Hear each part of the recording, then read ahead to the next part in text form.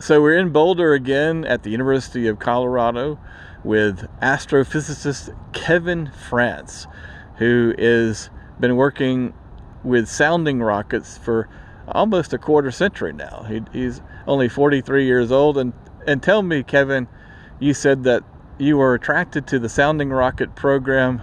Why? Because Well, when I was in college, I had the opportunity to go to White Sands Missile Range and help with the rocket launch, and I realized that they paid people to go hang out at cool places and shoot things into space for the betterment of humankind, and I thought I need to find a way to do this as a career.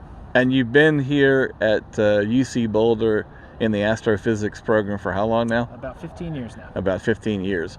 And this summer, you're going to be doing a launch from Australia of a sounding rocket that is going to be doing 6 to 7 minutes of observations with a half-meter telescope in the ultraviolet, in a spectrum of the ultraviolet that is not accessible from Earth, correct? That's correct. Yep, with 2 telescopes, then they're going to cover a broad part of the ultraviolet spectrum of Alpha Centauri A and B, our nearest solar-type stars. And what do you hope to find from that? So we hope to understand the high-energy output of both those stars in the Alpha Centauri system, and to understand if that's going to make a hospitable place for planets to live, evolve, and maintain atmospheres for long periods of time.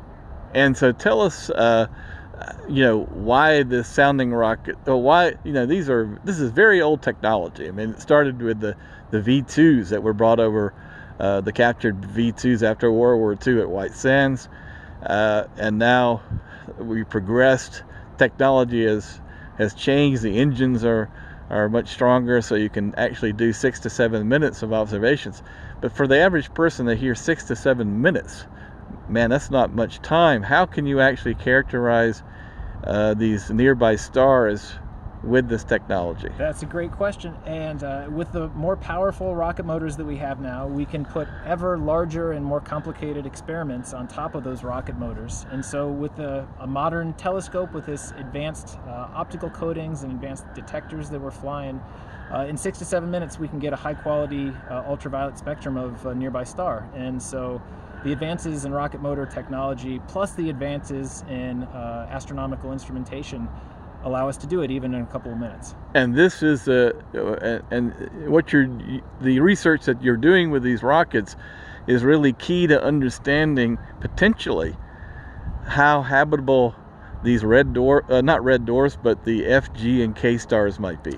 That's right. We need to know essentially what this ultraviolet spectrum of all different types of stars are, because we know that planets exist around G stars like our sun, red dwarfs, M stars, and so we really need to understand the full menu of possible stars that the planets can live around to understand which ones are the most promising places to find life. And we're using ancient kind of, not ancient technology, but it's certainly 75-year-old technology to help us do it. It's amazing. Cool.